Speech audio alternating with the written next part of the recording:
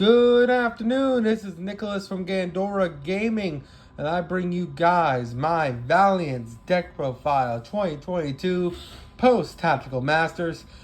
And yeah, this is probably everyone's least favorite archetype out of the three, Runic, Labyrinth, and Vaylantz. Because honestly, this is probably the most complicated, convoluted, greatest pendulum deck when it comes to like creativity that we've ever gotten.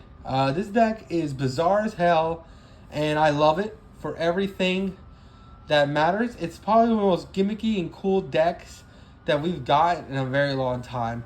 If you were getting bored of the main Yu-Gi-Oh mindset, this deck will make you think because it is complicated. The pendulum effects and the main monster effects are long.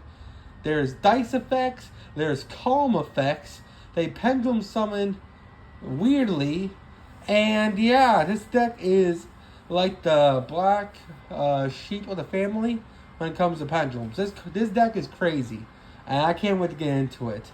So, how do I begin with Vaylantz? Most people never even read these dudes, so I could probably make up effects and you'll just believe me.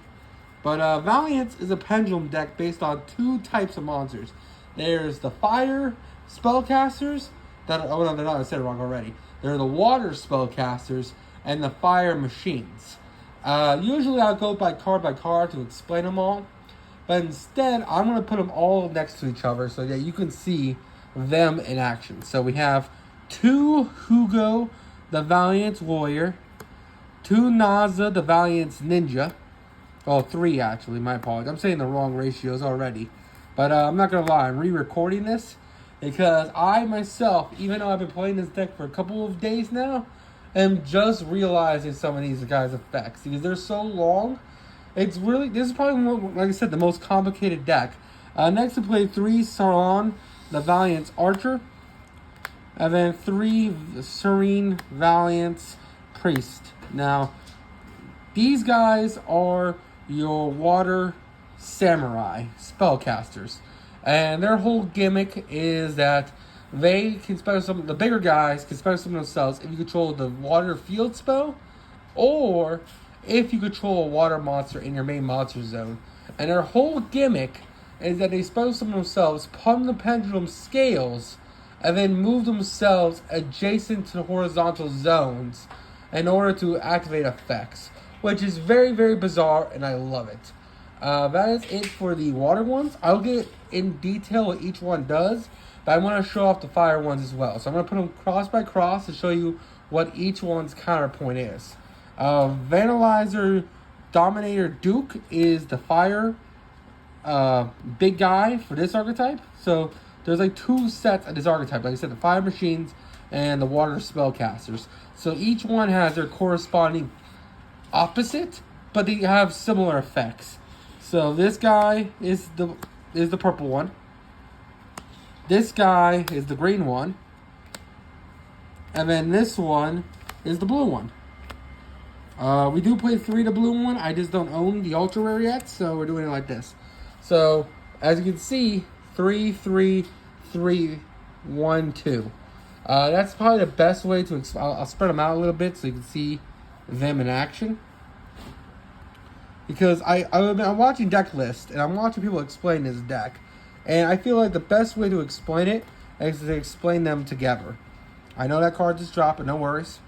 Alright, so I just want to split them out real quick. And, yeah. That's basically how they are. It's kind of like yin and yang, where each one of them has a corresponding opposite with similar effects, which is pretty interesting. And I can't wait to go through each one with you. We're going to start with the fire, and then I keep saying it wrong, because I always see he's a fire-looking dude, yet he's a water attribute. So I keep calling him a fire, even though he's a water. So we'll start with the waters, and then move down to the fires.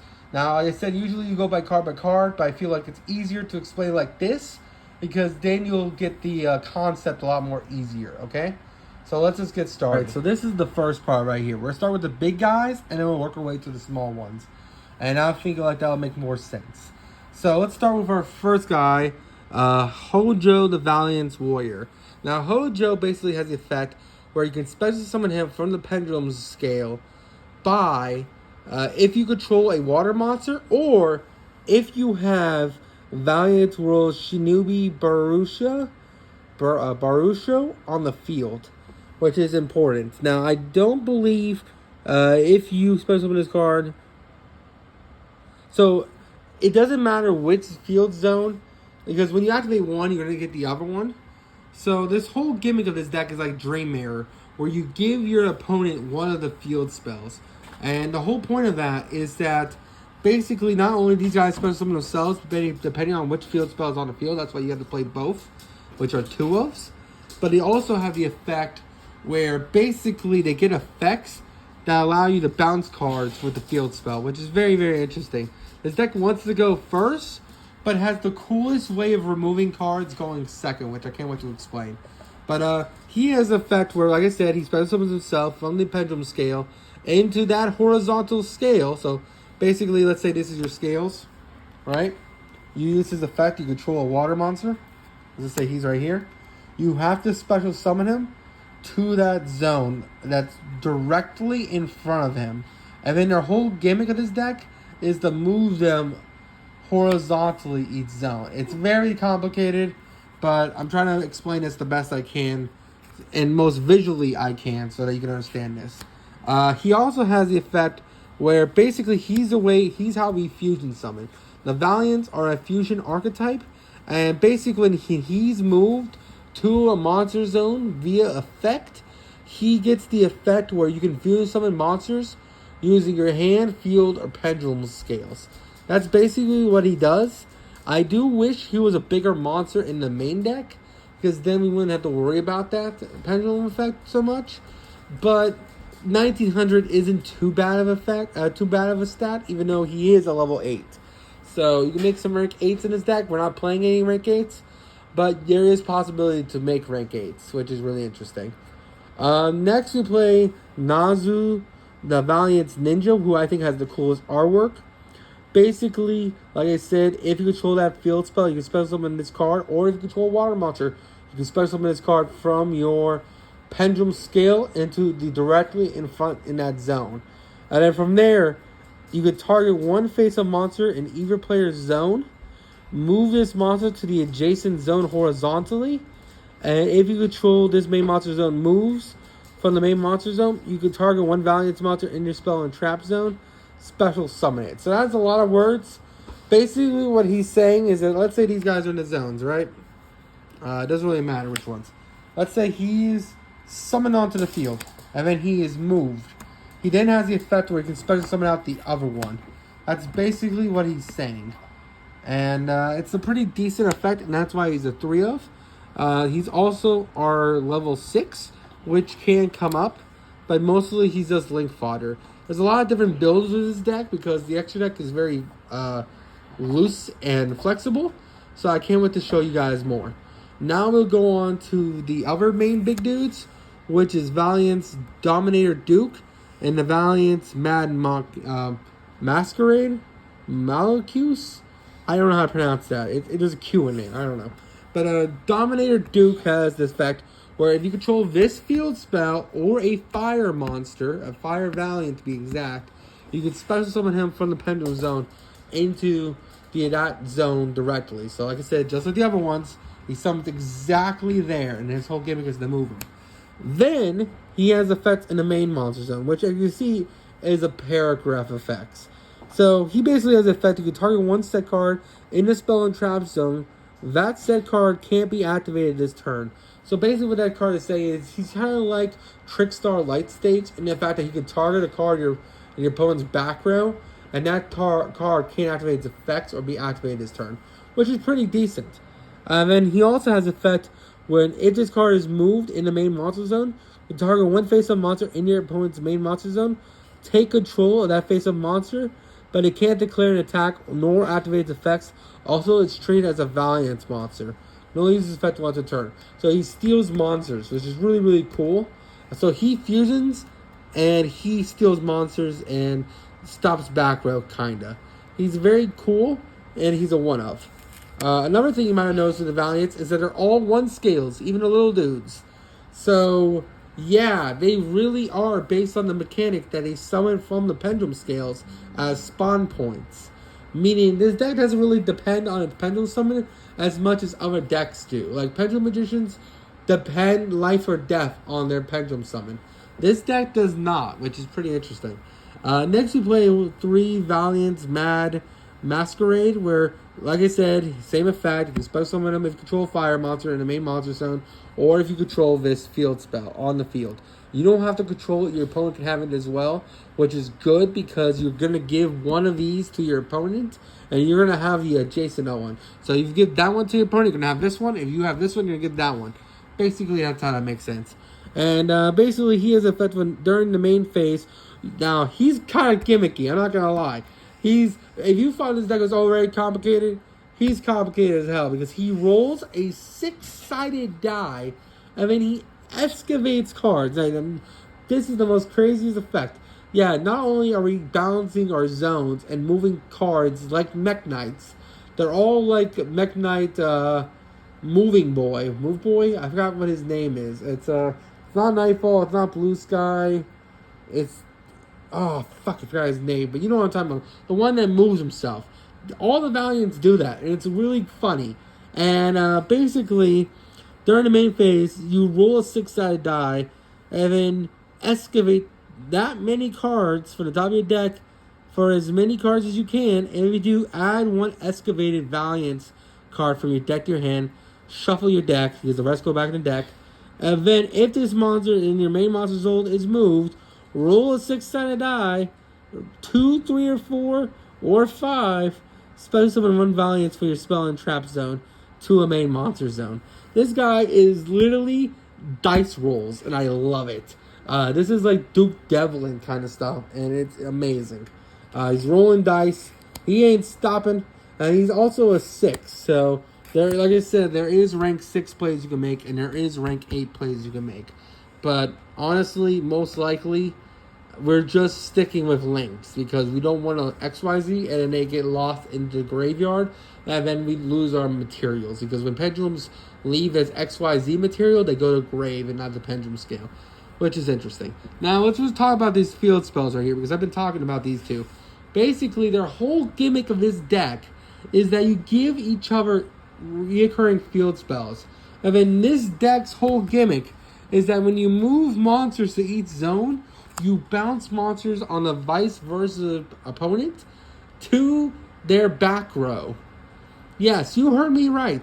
This whole gimmick is that, let's say this is on this field, this is on that field, and you have this monster on the field, and let's say they made a board, right? Oh no, let's just show this correctly. Let's say they made a board, right? Let's say they have like 3 of these dudes. Let's just say these are like a Barone and stuff, and you Dark Ruler them. Right? We're just making a hypothetical situation because I didn't put Dark Ruler in this deck. But let's say this is the situation. Every time you move him to a zone, you put them in the spell and trap zone. And its whole gimmick is to spam your field of monsters, move all your monsters into the spell and trap zone, and then beat the shit out of them. Which is the most gimmicky yet cool thing I've ever seen. And that's most likely not how you're going to play this deck. But I love it. It's something we can do going second, and it's the funniest fucking thing to put a Baron de Fleur into their spell and trap zone and say, deal with it. Good God, it's hilarious. Now, as you can notice, this loses the back row decks, because if they're playing 5 back row, how are you going to move their monsters to their spell and trap zone? Unless it destroys the card. I don't understand that. And I still haven't seen any videos of this deck going against back row decks. So I really don't know how that works. And I want someone to tell me in the comments, if you try to move a monster to an occupied spell and trap zone, can it even do it? I don't know. And if it doesn't let you do it, that kind of sucks. Because a lot of decks are playing back row. Splight are going to have back row. Tier Elements are going to have the trap cards. And what's it called? You just lose harder trap decks like Labyrinth. And not to mention the Brave Engine. They have the Brave Engine in their spell and trap zone. You try to move into those zones, you're not going to be able to. I don't know how that works, how that interacts. because there's never been a mechanic like this in Yu-Gi-Oh! So please tell me in the comments how that would work. And that is it for these monsters. Now it's time to talk about the lower level ones, which have restrictions, which sucks, but they're easier to summon, which we'll get into. Now it's time to talk about our last 4 Valiant monsters. Like I said, I feel like it's easier to explain them when you can see their corresponding opposites. Like I said, it is a yin and yang deck. These are the fire machines, and these are the water spellcasters. And yeah, it's pretty entertaining. These are our level 4s, and these are our level 2s. We would be playing 3 of her. She's our best one, but she's an ultra rare, and it's hard as hell to find her. She's like $1, and I'm literally going to spend all day tomorrow looking for one more copy, because this deck will be done, and I can't wait to goof off with this deck, because this deck is hilarious. Now, this guy is the most gimmicky motherfucker I've ever read. Alright, so you thought the other one rolling dice was bad. This guy flips a coin. I love this. So, basically what they have the effect of, they're easier to summon, but they have a restriction on them. So, their restriction is basically, once you special summon them from the Pendulum Zone using their effects, you are locked out of special summoning monsters of non-Valiant, except from the extra deck. And what that means is that basically when you use these guys' effects to summon themselves from the Pendulum Scale, you get locked out of main monsters that aren't Valiant monsters, which you do play a couple of because of their zones. Because as you notice, even the low level ones are level 1. And it's going to be hard to Pendulum Summon when you don't have scale 8s. It's actually impossible because you just can't do it. And none of them modulate their levels, so you can't just Pen 10 all of a sudden, even though our Pendulum is a Pendulum 10. But we'll get into him. But let's just get into the Samurai, and then we'll go into the machines. So our Valiant Archer, like I said, has a main monster effect where he can special summon himself to a main monster zone in the same column, as I already explained. But then you're locked out of extra deck. Well, you're locked out of monsters from the main deck that are non-Valiants. Extra deck monsters are still fine, so you can still make any extra deck monster you want, which is good. Because he is a level 4 he's not an aqua, he's a water. Meaning there is a potential to make Bahamut Shark into totally awesome. But, again, we're not playing that because that takes too much room in the extra deck. You can say we can make some room. That is possible, but I feel like there's 2 better level 4 XYZs we'd rather play. 3 to be exact. Then Bahamut Shark into Toad. Because if you were just going for Toad combos, we'd just play Splite. Let's just be real here. Or we'll just play Paleo. Now, let's just go on to his main monster effect, which I think is the funniest shit. This guy has the effect where basically you can target one effect monster on the field. Toss a coin, heads or tails. If the result is heads, negate the effect. Or if it's tails, have its attack. Then, if this monster is moved to an adjacent zone, target one card on the field, toss a coin. If it's heads, destroy it. If its result is tails, return it to hand. That shit is hilarious. So, basically what he's saying is that when he's first summoned, you get to either use the effect to negate or have a monster, which is gimmicky as hell, but I love it. And then his other effect is you get to either compulse a card or destroy a card, non-targeting, which is really, really good. But I wish you just get to select the effect. I have no idea why they added a 5th layer to this deck. If you're not keeping track right now, not only are we playing 2 field spells, we're playing a mechanic where we special summon from the Pendulum Scales as a spawn point. We're playing level 1 scales. We're playing 2 separate kinds of monsters, fires and waters, spellcasters, and machines, so they're not all cohesive. We have summoning restrictions from the extra deck, and we have 2 monsters, oh, not from the extra, the main deck, and then we have 2 monsters that have an excavate mechanic based on rolling dice, and another mechanic where we toss a coin heads or tails. This shit is ridiculous. Oh, and I don't know if I mentioned this, but we also have the effect where we bounce cards into the spell and trap zone off our field spells, because we're sharing field spells. This shit is the goofiest crap I've ever seen, and I love it. It's so complicated for no reason, and yet it's the funniest deck in 2022. And I've been waiting for this deck for a while now, so I'm happy as hell. Now we talk about the best. Oh no, we gotta do it adjacent orders. We talk about you. Now we gotta talk about you. Vandalizer, Voltage, Viscount. Now again, he has the same effect where you can spell summon him. You're locked out of non-extra deck Vaylantz monsters. Yada yada yada. And then he has basically his main monster effect, where during the main phase, you control this special summon card. You can place one Valyant's Pendulum monster from your extra deck or face-up spell and trap zone as a continuous spell on the field. Then you can place one Valyant's Pendulum monster from your extra deck to the Pendulum monster if this card is moved. You'll use this effect once a turn. Now, he is probably the most complicated effect because I don't actually understand how his wording works. We do play Pendulum extra deck monsters like this guy, so I'm wondering, does he allow us to cheat them out by placing them into the spell and trap zones, and then we can just special summon them out onto the field, thus not having the Pendulum summon? Is that what he's saying? Or am I misunderstanding his effect? Do we have to properly make him first and then do that?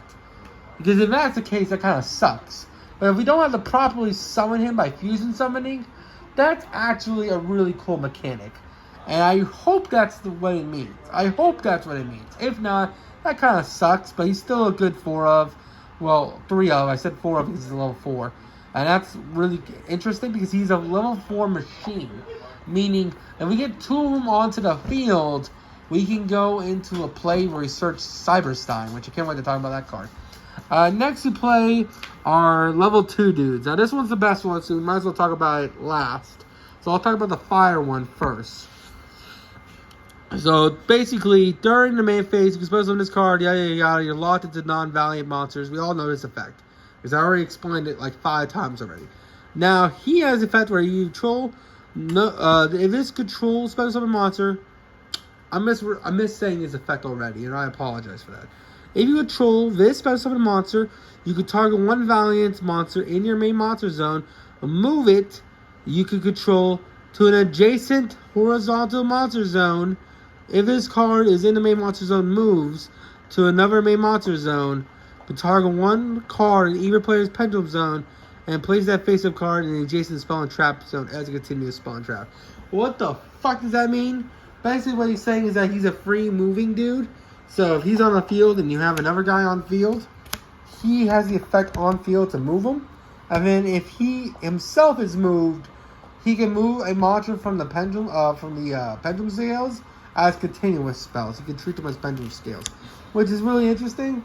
I don't know how that works, especially since who's playing pendulums besides Triff in 2022 and me. So I honestly don't understand that. But he's definitely a 3 of because he's just easy as hell to summon and he helps you link climb really easy. And finally, our piece de resistance, the best Valiant we play in the main deck. Samon, the Valiant Priestess. This card is Stratos if they made it complicated and it does it twice a turn, which is cool. So basically what she does is that she's a free summon, yada yada yada. Then you're locked into non-Valiants from the main deck, which is fine. Her pendulum effect is interesting. So during the main phase, if you control one special summon card, you can add one Valiant spell from your deck to your hand, which is great. So basically, on summon, if you control this special summon monster, you can just add a Valiant once per turn, which is really, really good. Then, if his card's moved, you add one Valiant monster. So on summon, she adds one Valiant spell and trap, and then once she's moved, which is very easy to do because you just search the card that moves her, then she searches a Valiant monster, which is pretty great. And the fact that she just does that so easily is amazing. I wish there was unique scales besides one, but hey, what can you do? That's the main deck when it comes to the Valiant monsters. Now it's time to talk about our non-Valiant Pendulum monsters, which there are a couple. I think we're playing like 6 or 7, so I can't wait to show you that. So now we've talked over the Valiant. I put them back in order. So the usual deck profile, like I said, would go in order, and this is how they all look. But personally, I feel like the fire machines look too similar to each other that I want to differentiate them. At least the other ones are color-coded differently. And I just want to explain each one of their effects individually. That's why I did it the way I did. I know I keep explaining that to you guys. It's probably the third time doing it. But I just want to explain why this is a very incoherent deck profile. Because this deck is complicated. Like I said, it's probably the most complicated deck of 2022. Mushrooms are just spell cards that are quick plays. That banish cards on the top of your opponent's deck and skip your battle phase. This deck literally, like, not only does it have the I already did the whole finger thing, but it's complicated. I already explained it. You listen to me babble about it. Now let's just talk about the pendulums that are no longer Valiant monsters. Now whenever these restrictions, these guys gave you restrictions that said, hey, you can't supposed to summon monsters besides non-Valiants. So you want to summon these guys before you summon out these dudes. Let's just get into them. First things first, 3 Chronograph Sorcerer. These are 8 scale, not to mention you can pop himself. When a card's destroyed, you can special summon him and another monster. He's also a Pendulum 6 that can make some cool rank 6 plays. And he's just not a bad card. He's a scale 8, which allows us to have pendulum effects. And also he special summons out Time Gazer, who's also a scale 8. Now Time Gazer is kind of sucks because his effect's a little weird. I wish he was a tuner, but he's not. And that would make him a great Garnet. He's at least a Garnet to tuner, but he isn't. So he's a fine one-off. Next we play 3 Kern Razor. The whole reason why is because he's a scale 7, which isn't the greatest, but the only ones that can't pendulum summon are these 3 monsters right here.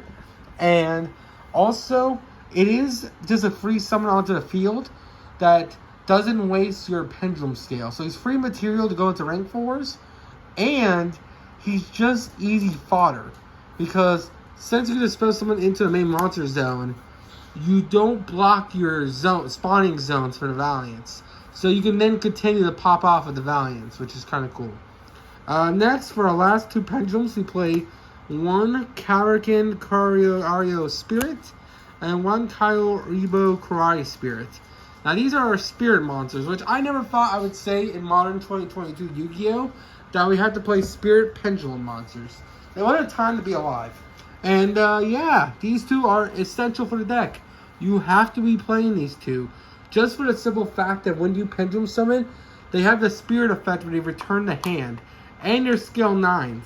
The reason why that's so important is because without your scale 9s, you can't pendulum summon.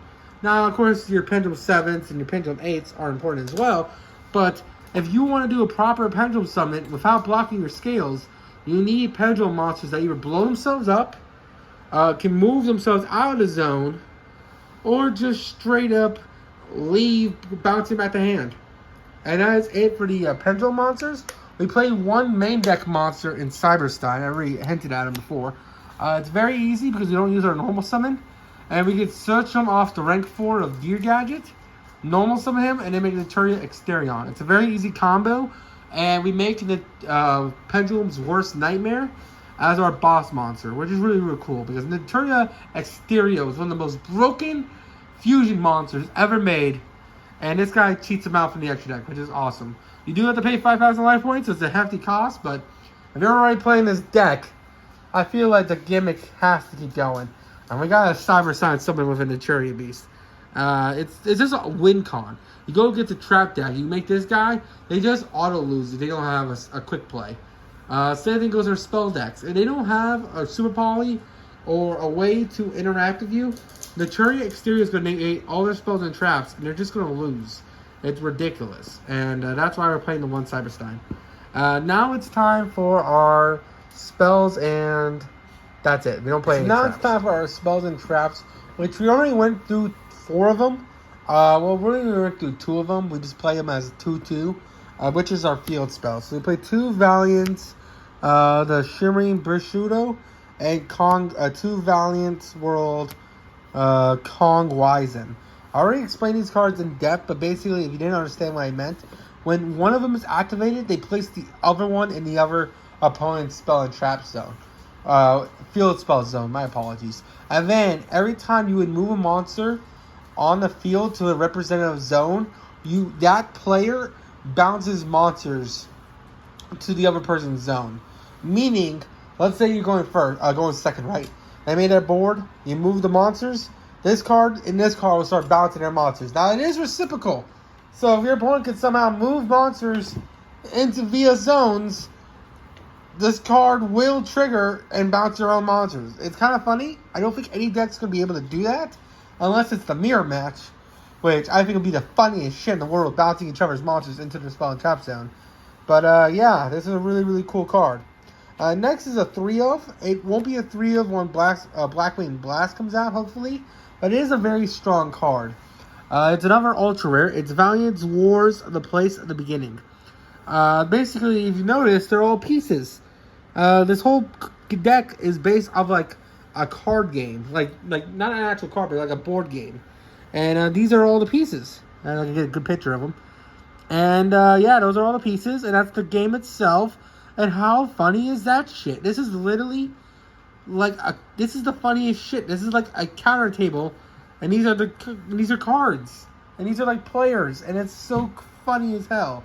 And I love it. Also, if you notice on the field spells, there's the board. That's literally a field.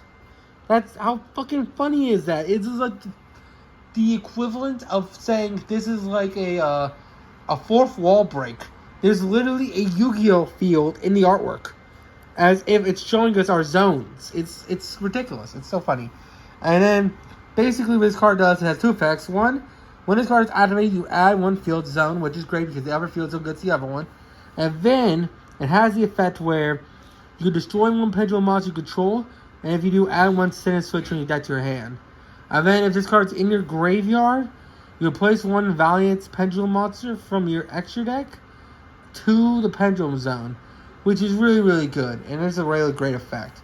Now, I wonder if you could place the fusions with this card. I don't think so, because I think it would be properly made, but it would be interesting. I think it says face up, and that's why it wouldn't work, because it had to be face up on a field. And technically, monsters from the pendulum scales are not face up. Monsters from the extra deck are face down, which is pretty interesting. And finally, one sentence switch, because sentence switch is a very, very interesting card. And basically, this is what the whole deck is based off. This old-ass card that just got reprinted is what this whole deck's based on. And what Sentence Switch does is the basic effect, or once per turn, you target one monster in your main monster zone, choose one unused adjacent horizontal monster zone, and move it to that zone. You only use this effect once per turn. This card is so ridiculous, it's hilarious. They couldn't even make this card a non-once per turn, because it would just make all these guys move boys, and it'd be hilarious as fuck. But yeah, we play the one sentence switch. If the thing gets destroyed, it gets destroyed. That isn't the worst thing in the world. And yeah, that's the main deck. Let's go on to the extra deck. So now it's time for the extra deck, which we got the main man himself, Mazumaki Vaylantz United. Now, I'm not pronouncing this card correctly, but he does answer a question I had regarding how the field spells work, which is basically, hey, if you move a monster to the spell and trap zone, can you do it if there's a spell and trap blocking it? Well, this guy answers that question. He says yes. So when he moves a monster to the spell and trap zone, if there's a trap there, or a spell there, or a monster there, he destroys it and then moves that card there, which is really, really cool. So basically, he force pushes cards into zones even if they're spelled and trapped. So he's technically a spell and trap pop and a monster removal, which is nice. And let's say you put a monster there already. Let's say you already had a monster in their spell and trap zone, and then you summon out this guy, and then you try to push another monster into that spell and trap zone. Well, that monster that's destroyed, because it's being destroyed by his effect, will then burn your opponent for its life points, for its attack, which is pretty interesting. It's really, really cool. And basically, his pendulum effect is you can special summon him from the pendulum scales, and you can also move him. And he's a scale 10, which is awesome. It looks like our pendulums are higher scales, which I was wondering about when this deck came out, because I was like, how are we going to play this deck if there's no high scales? Which, luckily, this deck answers. And you definitely play him as a 2-of. I know some people cut him to 1 because he's 3 Vaylantz monsters, but I'm hoping that Valiant level 4 that we discussed can cheat him out of the extra deck. I don't know the rulings yet. I haven't really seen his deck in action, so I don't actually know how that works. Again, in the comments, tell me if the level 4 Machine Valiant can cheat him out of the extra deck. Because it says move one monster I don't think it can, because I think he has to be face up, so let's say we summon him, then he's in the spell, and he's in your extra deck face up. You can bring him back and do it like that. So I think we do have to hard make him, which sucks because he's literally a 3-material monster. But hey, he's still a cool card. Next is our other two of Vandalizer, Genesis, Grand Duke. The Grand Duke himself, boys. He's never scale 10. He has the same pendulum effect as the other one. He's only 2 Valiant, so he's easier to summon. Basically, when he can special summon himself in the main monster zone, and of course he can move himself, which is great. But then his main monster effect is let me just clear it up real quick so you can all read it as well. This face-up card in your extra deck monster and the extra deck must be either fusion summoned or special summoned by tributing level 5 or higher non-fusion monsters from the same column as the extra deck. So is he a contact fusion? I don't understand this. By tributing level 5 or higher non-fusion monsters. That's interesting. So there is other ways to summon this guy, which is cool. And then when this card is special summoned, you can target one monster in your opponent's spell and trap zone and return it to the hand. And if you do inflict damage equal to their opponent, then you gain attack equal to half the damage inflicted. That's very interesting.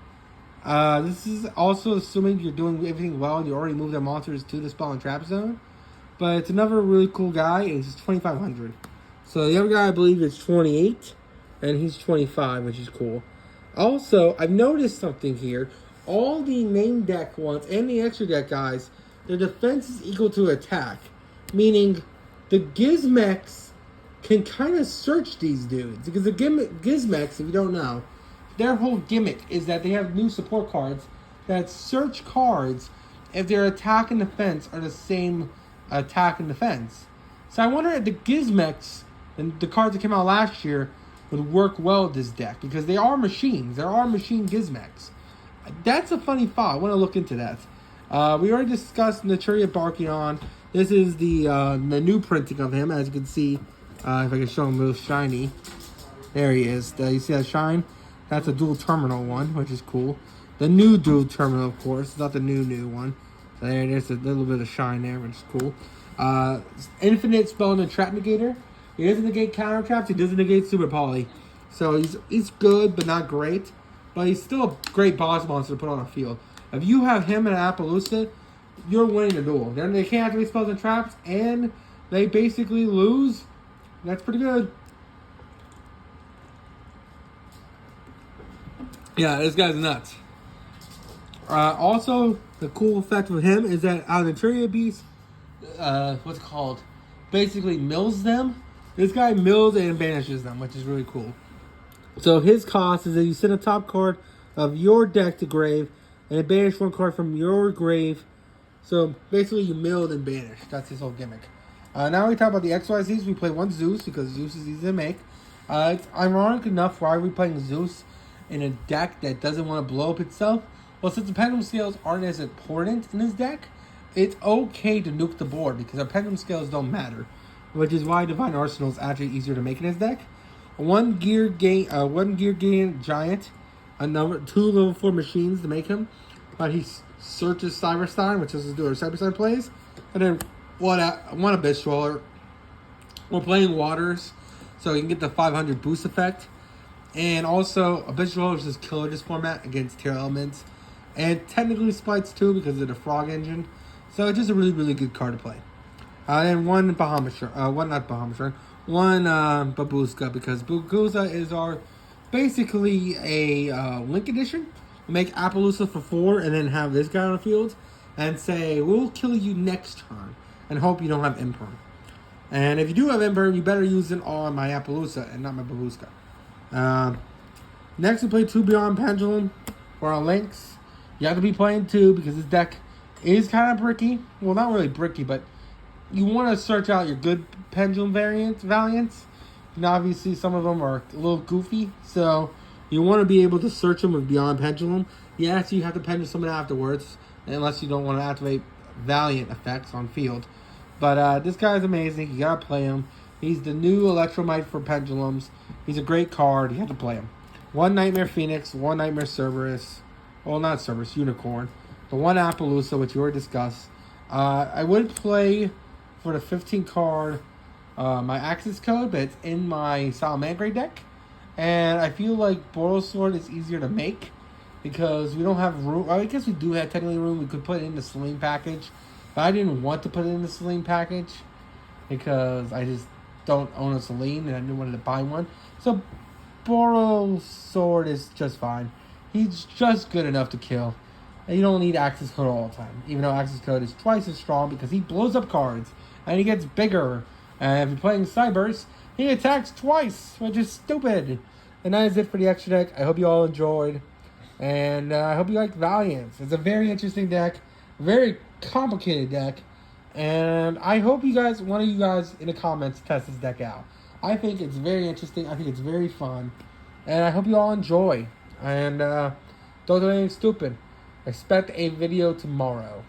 Don't know about what yet. We'll find out. And we're also really close to 100 subscribers. The next 3 is all we need. At least on the recording of this video. I haven't checked lately. So I'm super excited. We're almost at 100. Let's go, baby! And see you on the next one. Bye.